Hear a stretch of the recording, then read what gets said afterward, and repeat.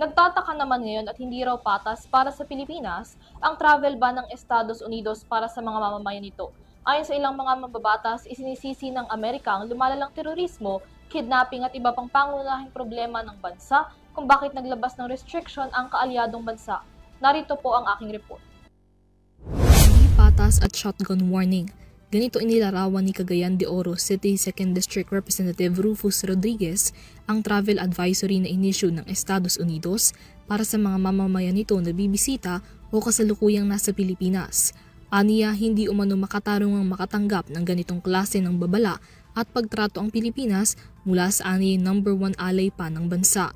Sa May 8 travel advisory na inisyu ng Estados Unidos, binalaan ito ang kanilang mga mamamayan na maging maingat sa pagbiyahe sa Pilipinas dahil sa lumalalang isyu ng krimen, terorismo, civil unrest at kidnapping.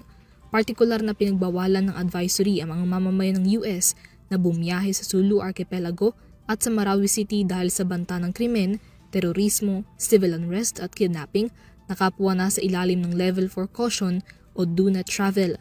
Sa parehong mga rason, nag-issue rin ito ng travel consideration sa iba pang mga lugar sa Mindanao. Dahil sa mga banta, kinakailangan kumuha ng special authorization ang mga US government employees sa Pilipinas upang makabiyahe sa mga nabanggit na lugar.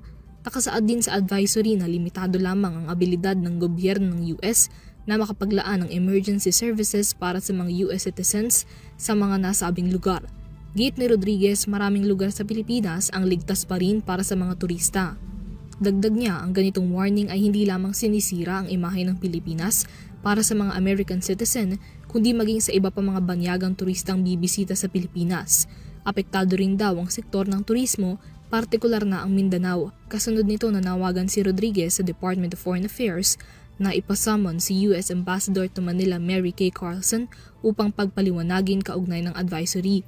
Hinimok niya rin si Pangulong Marcos na hingian ng ulat ang DFA, si Philippine Ambassador to the US Jose Manuel Romualdez at ang Department of Tourism kung ano na ang nagawa nilang aksyon kaugnay ng advisory.